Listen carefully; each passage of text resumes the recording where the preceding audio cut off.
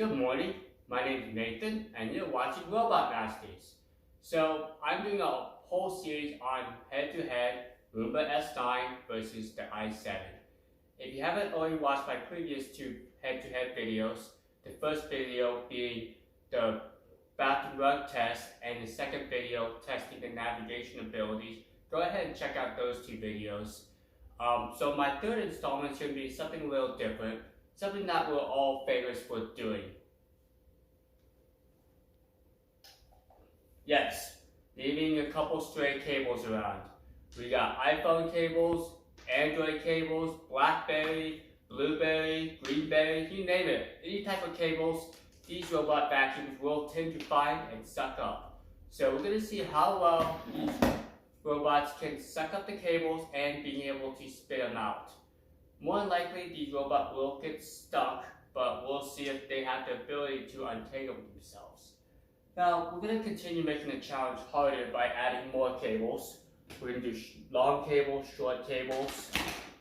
Also, the test won't be complete without some additional loose clothing. So we'll add some underwear, maybe we'll use a couple socks. Let's add maybe a white sock. Keep in mind, these are all fresh clothes. And maybe a shirt. And lastly, what do you think? Should we just do another shirt?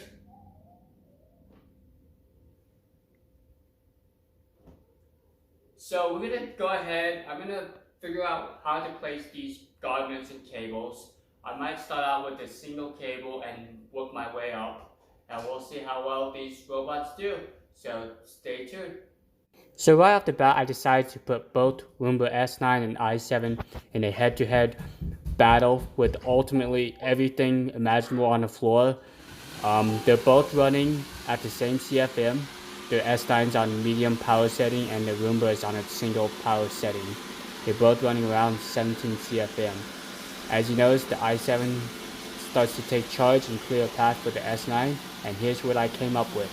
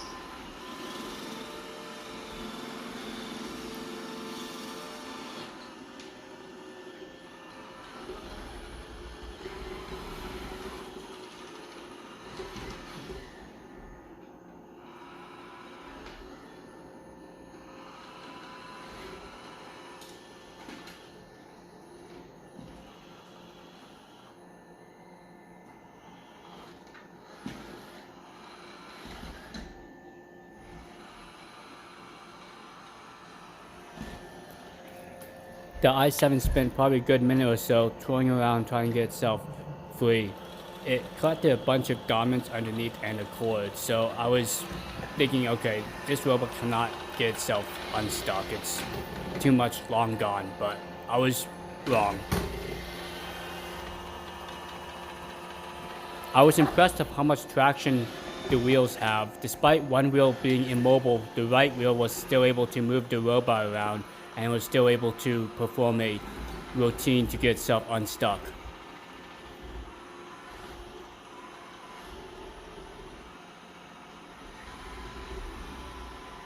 I thought the Roborock was very persistent in not getting stuck, but the i7 has taken the cake. This robot was struggling for a good 5 minutes or so, but finally it was able to free itself.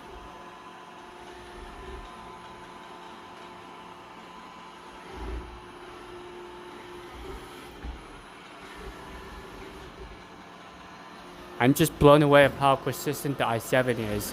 Usually these robotic vacuums would give up by now, but the i7 is just chugging along and just trying to free itself. It's an amazing little robot.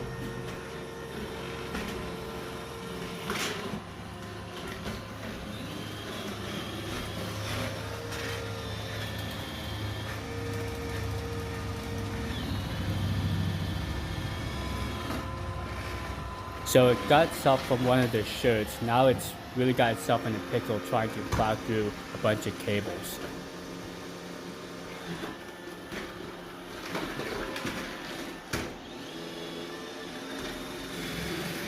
The robot's going to try to finish up its cleaning run with the edge street, but of course there's cables and loose clothing blocking its way.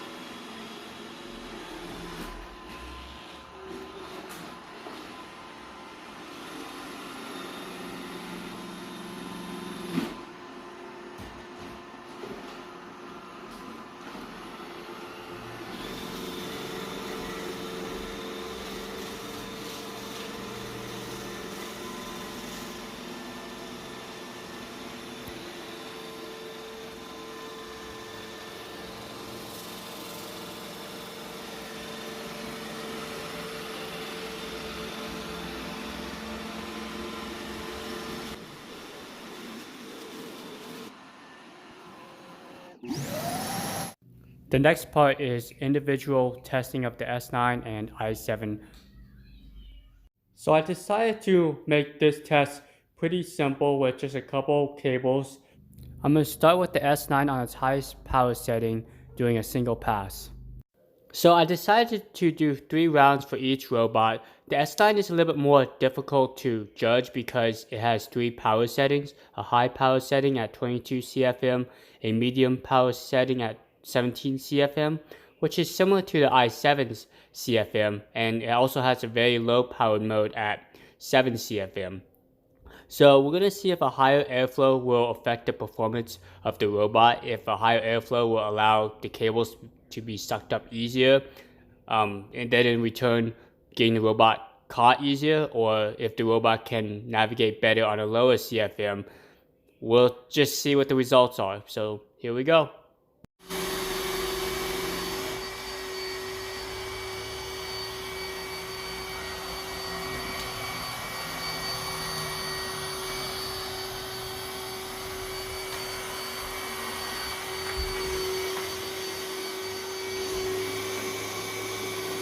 So, watch this magic trick. The black sock turns into a white sock. Amazing!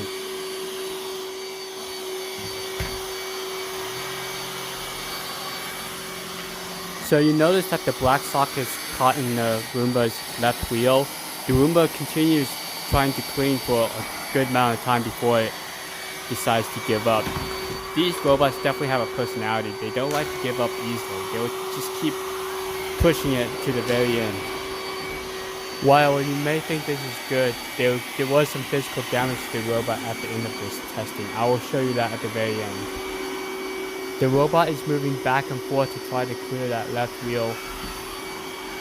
The robot is going to attempt to make its way back to its charger despite having a cord and sock stuck to its wheel.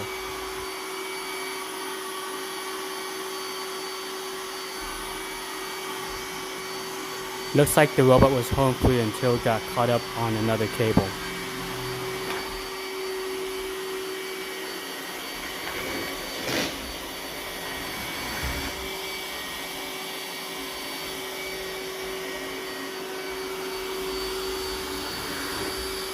It was almost home free, but the end of the cable got caught around the side brush, which ultimately stopped the S9 from completing its routine.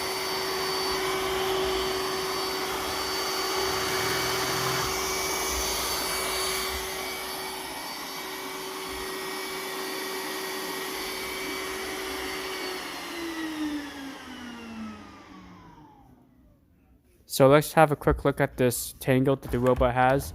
So as I can see that the wire got kind of lodged in between its right wheel. This can be extremely hard to get undone because it's in between the wheel and a little plastic housing. So if I looked at the other end of the wire, it's wrapped around the extractors. These are easier to remove because the extractors can just come undone. So let's have a look at the actual wheel. I actually tried moving the wheel up and down, and luckily the wheel was able to perform this action. Also, I tried moving the wheel forward and backwards, and I was able to kind of help free the wire. You want to just gently rock the wire back and forth. Don't apply additional tugging force, or you could damage the gearbox or damage the cord. See, I'm slowly moving the wheel so I can loosen up the wire, and ultimately the wire came free.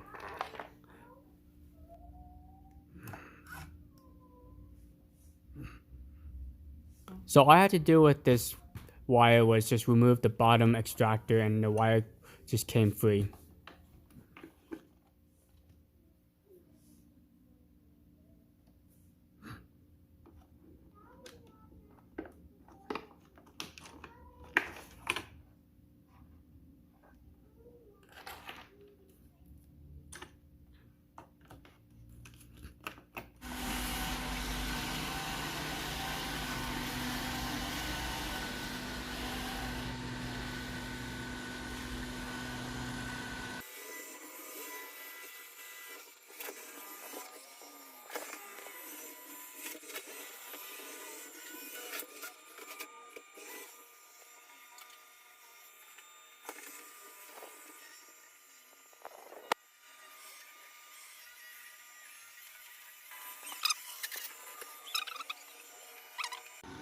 The S9 did a lot better at this test when on low power, but ultimately got caught on one of the cables while heading back to its charger.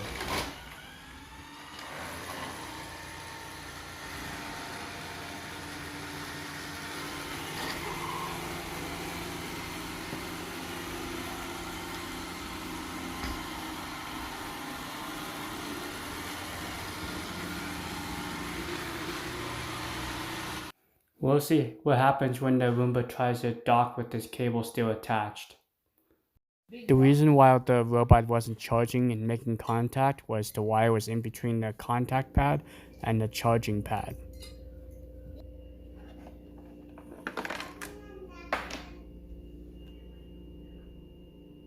So here's the result of the third test where the Roomba was on medium power setting.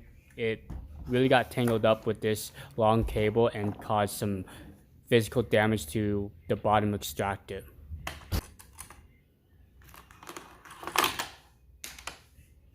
So the extractors are starting to get torn up and having some shavings. Okay, let's give the i7 a chance and see how well it does. So right off the bat, the i7 went straight to the right sock and got caught up. So like the S9, the sock got caught up inside the wheel. It performs the same routine, trying to move back and forth, trying to wiggle itself free. Like I said before, these robots don't like to give up, but after about a minute of struggling, it finally gave up.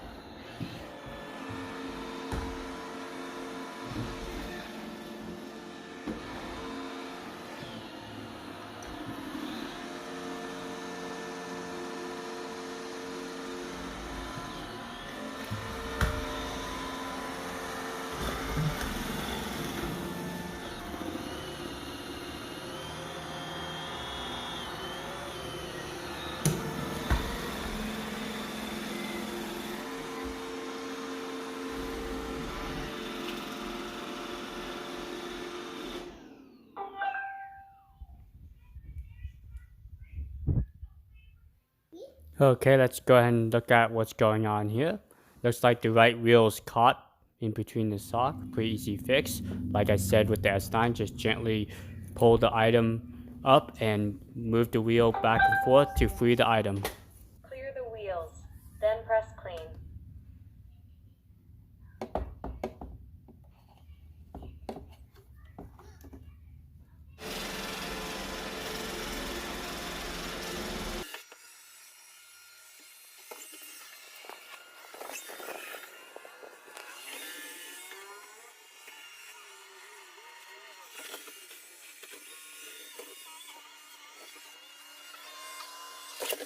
So the i7 made a complete successful run, just got a cord stuck. We'll see what happens this time with the cord stuck in between while it tries to dock.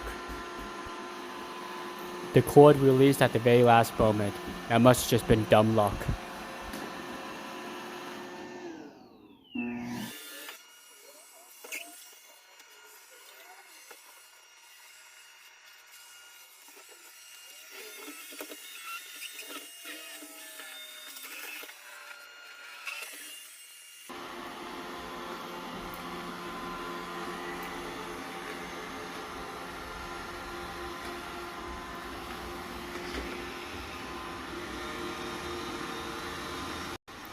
This time the cord didn't get detached, so it caused an error message with the self-emptying bin.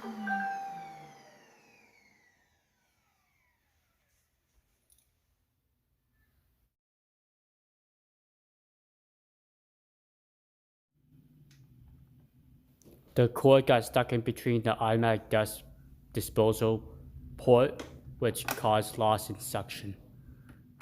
Thanks for watching. I hope this helps you guys out. If you like these videos, don't forget to hit the like button. And if you haven't done so, hit the subscribe button as well. This helps out small YouTube channels. I enjoy doing these videos for you, and I'll continue doing some more. So stay tuned. Thanks. Bye.